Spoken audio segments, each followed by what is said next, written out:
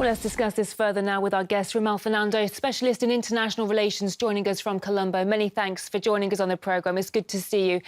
Now, why has the US reacted so negatively to the docking of the Chinese ship in Sri Lanka? Do you think Washington fears cooperation between the two countries?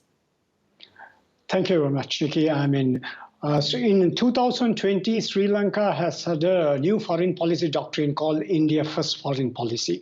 And India is also a close ally of the United States, which has a new foreign policy doctrine called Indo-Pacific Paradigm, which is quite powerful in the Indian Ocean. Sri Lanka, being a small nation, also bandwagoning with major nations, traditional neighbors, has a strategic economic interest with China.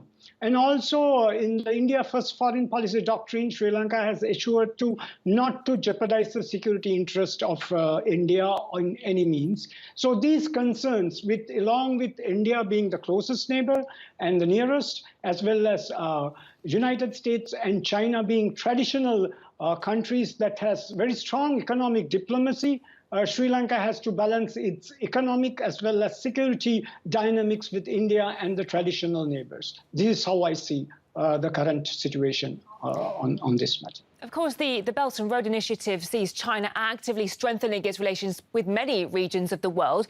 What's Sri Lanka's role in this process, and in what areas is cooperation between the two countries going to be deepening? Well, from 2010, after the Sri Lanka war ended in 2009, after 30 years, it was China who came into the picture of Sri Lanka's economic development with about $8 billion of investments as well as loans.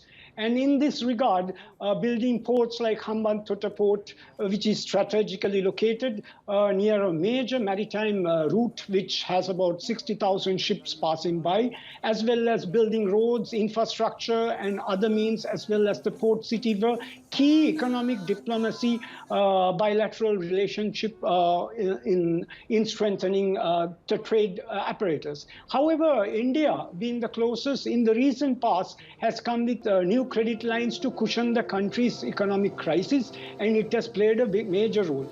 And this is how we see, as a small nation, a small island nation, strategically located in the Indian Ocean, has to balance its foreign policy, security policy with major nations and nearest neighbors in this regard.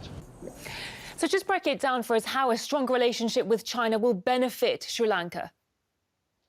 It has been benefiting in the past because India and China are major Asian giants.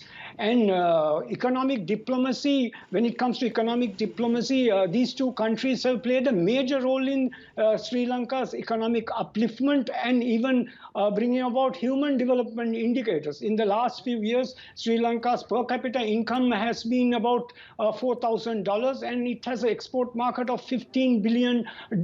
So in these two countries have played a major role. So China, in the One Belt Road Initiative, building a port, has also built a major connection and a bond, not only economically, strategically in their foreign policy manifestation. So it is an interdependent policy for Sri Lanka and China in this regard. Yeah. Srimal Fernando, specialist in international relations, Colombo. Many thanks for joining us on the programme. We really appreciate your insight. Yeah, thank you.